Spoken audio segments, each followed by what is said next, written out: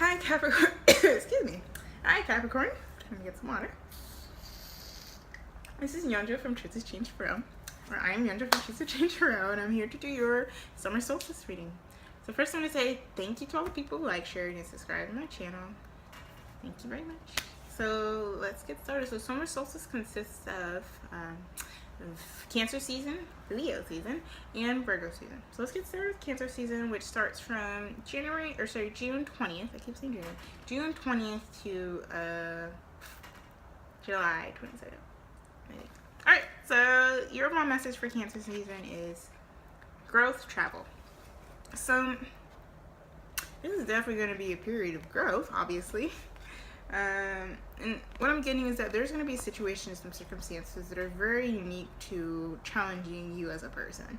So they might appear to be broad at first, but they're going to trigger you in a way where you're going to be not forced, but you're going to be allowed to move forward. So I'm just getting this from, there's this sort of, there's a lot of very naturey energy in this. So what I'm getting is just like there's a lot of opportunities to plant the seeds for something that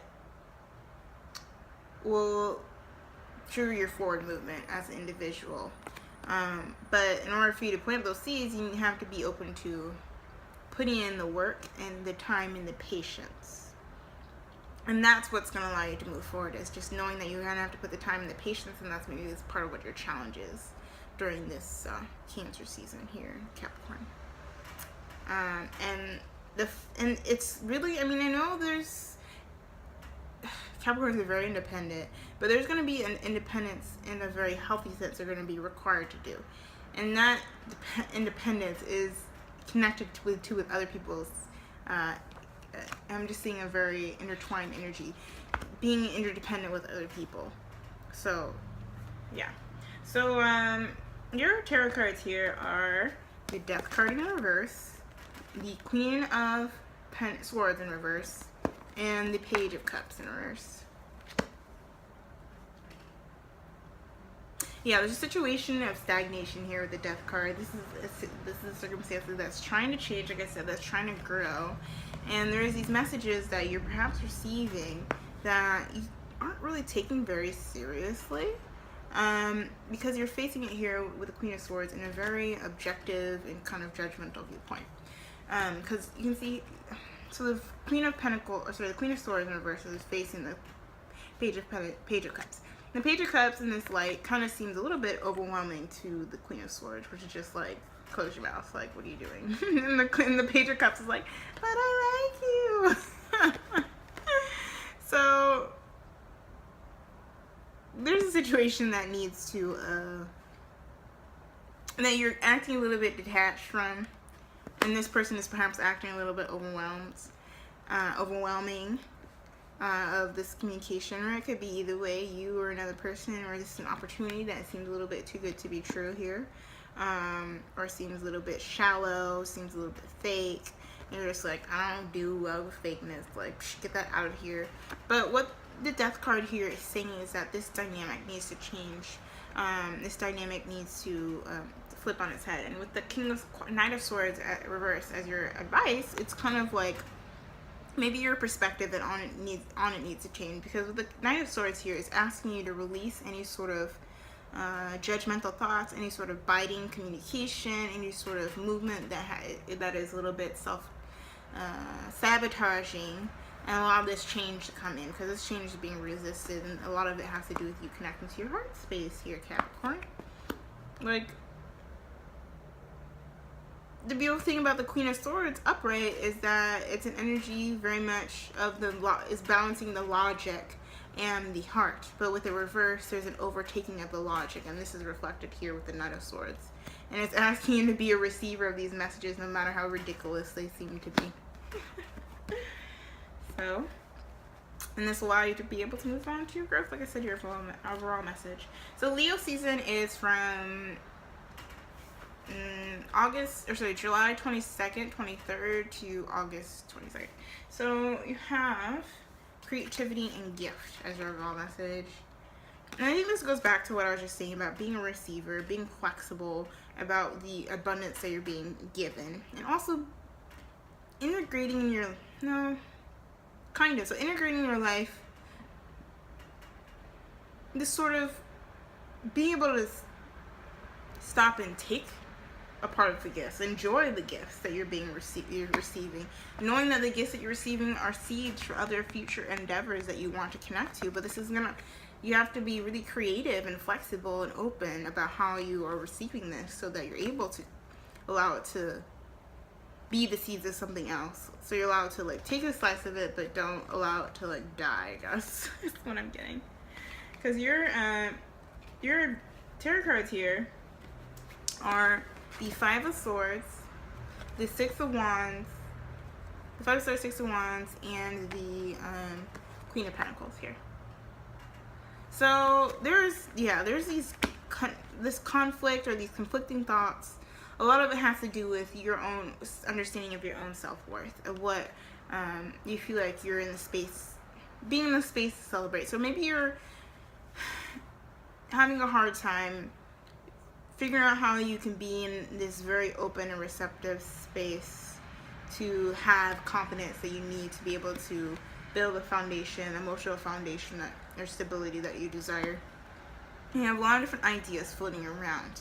And these ideas too are conflicting with each other, and they're manifesting in conflict with other people, which making you have a lack of confidence in situations or in yourself. But with the Queen of Pentacles here, it's saying that, you know, towards the end of Rio season, there's this emotional stability that you're going to find, and here with the Four of Pentacles as your advice here, the stability that you're trying to find comes from, like I said, understanding the things that you're receiving are here for the long term, so you need to invest in them. Having a flexible and creative way. And, you know, in a lot of ways, the Five of Swords is about trying to find, I mean, it's connected to, you know, fives, which have to do with chaos, which have to do with also change.